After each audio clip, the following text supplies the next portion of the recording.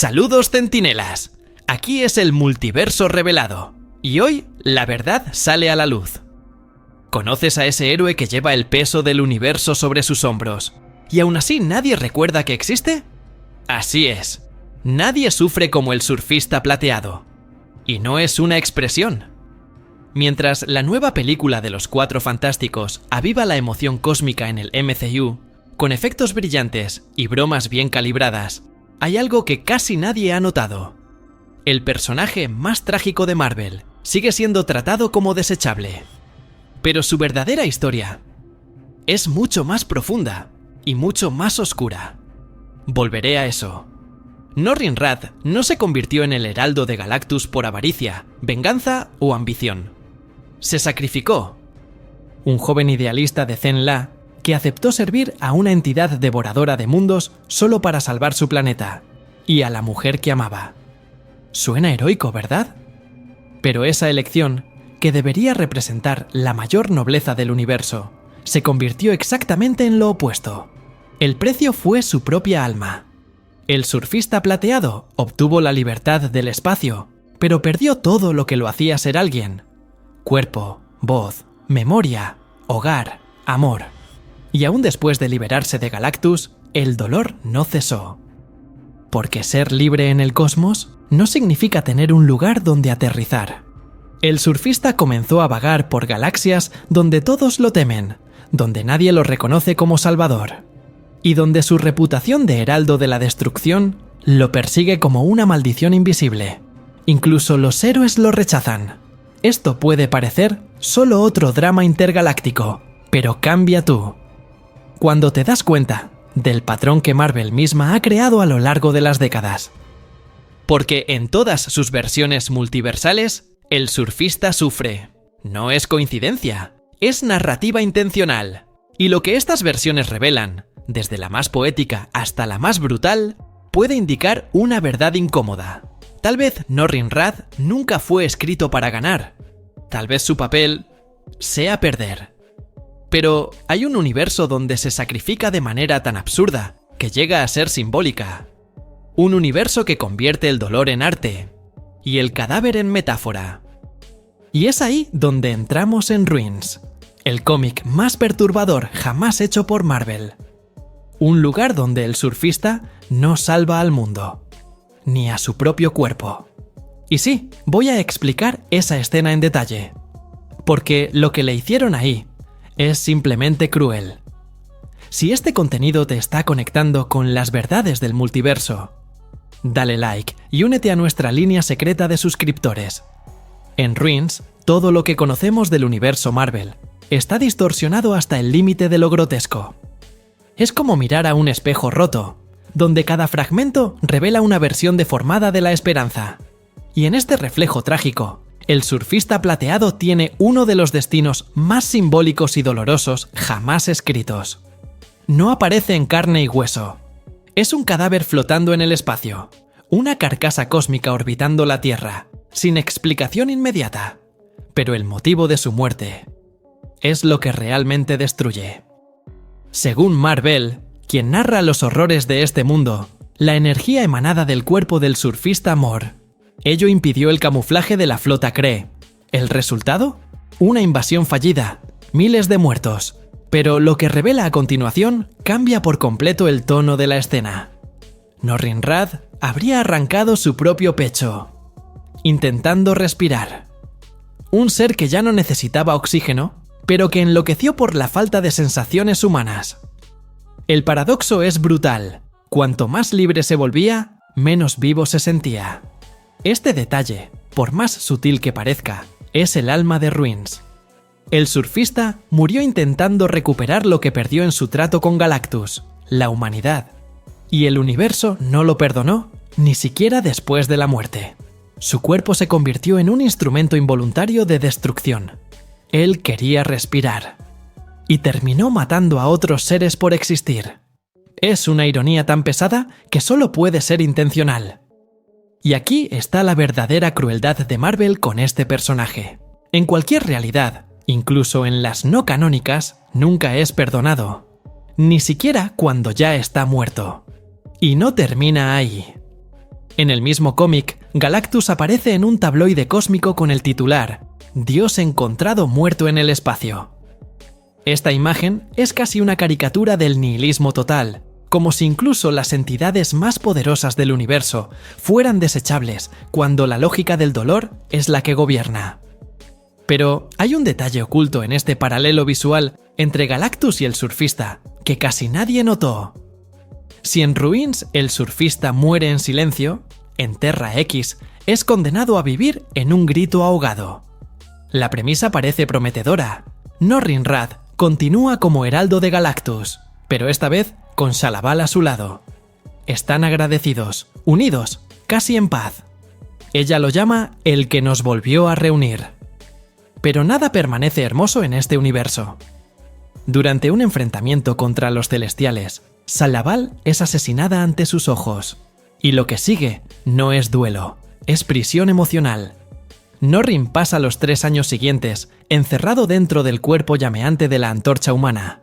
No como refugio, sino como penitencia. Elige esconderse en el calor de la llama, aislado del resto del universo, como si el dolor necesitara ser quemado desde adentro. El nivel de metáfora visual es demasiado denso para ser accidental. El surfista se disuelve literalmente dentro de otro cuerpo, mientras el mundo a su alrededor se desmorona. Y esto no se trata solo de amor perdido, se trata de rendición cósmica. Pero lo que realmente pesa en Terra X es la revelación de que el propio Norrin fue cómplice de uno de los mayores engaños del multiverso. Reed Richards, intentando salvar el universo, convirtió a Galactus en una estrella. Pero este Galactus se alimentaba de huevos celestiales. Lo que parecía una salvación era, en realidad, un nuevo tipo de destrucción. Y cuando Franklin Richards es moldeado como el nuevo Galactus, el surfista participa en la farsa para mantener la estabilidad cósmica. Ayuda a engañar al universo y roba al hijo de uno de sus pocos amigos verdaderos. Esta es quizás la mayor distorsión del personaje. De heraldo de la destrucción a cómplice de la mentira. Y ni siquiera eso le garantiza redención. Porque en Terra X, la verdad no libera. Es una inversión cruel del origen del personaje. El surfista plateado surgió como emisario del apocalipsis, pero al revelarse se convirtió en símbolo del libre albedrío cósmico. Aquí, ese albedrío se anula hasta los huesos. Está consciente, ve todo, pero no puede moverse. La máquina absorbe su poder, su voluntad, su identidad. Y lo peor, no puede morir. Se mantiene con vida porque su sufrimiento es útil. Y en este silencio forzado, toma una última acción. Envía su tabla a la Tierra en busca del anulador total. Un gesto final de resistencia. Un grito mudo que atraviesa el espacio. Pero la tabla no regresa, y Norrin Radd permanece allí. Olvidado, absorbido. Es irónico. Es simbólico. El ser más libre del universo, ahora inmóvil, enjaulado por tubos y cables, con la mirada vacía. Un heraldo que se convirtió en combustible. Y aún así, su rebelión no fue en vano. La información que transmitió ayudó a los Guardianes de la Galaxia a enfrentar a Galactus, pero él mismo nunca fue rescatado. Nunca tuvo un final. Nunca tuvo paz. Este silencio al final de su participación dice mucho más que cualquier diálogo. Porque cuando el surfista es olvidado incluso por los guiones, el mensaje es claro. El sufrimiento es parte de su ADN.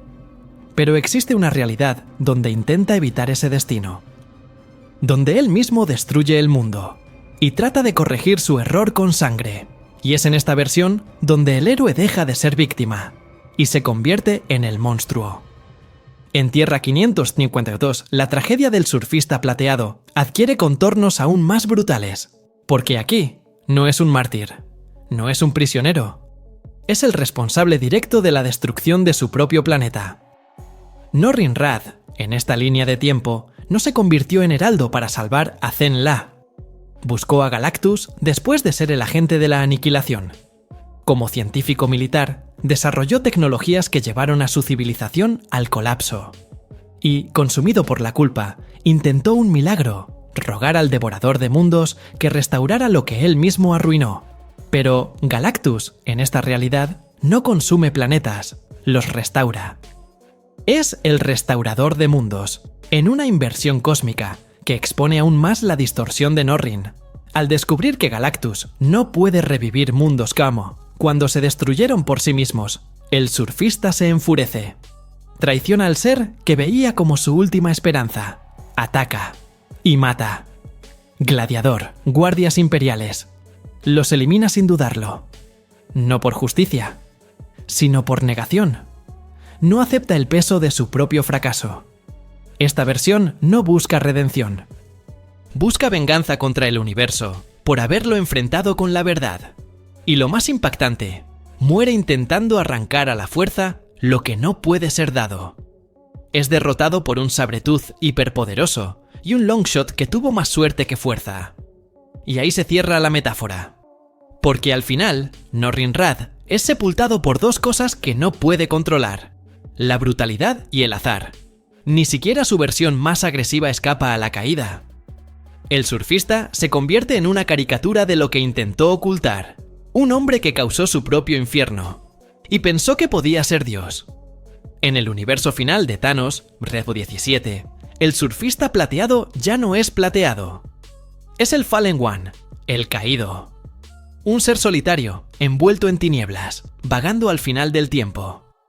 Todos los mundos han sido destruidos, todos los héroes extintos. Y Norrin Radd permanece, no como sobreviviente, sino como testigo del colapso.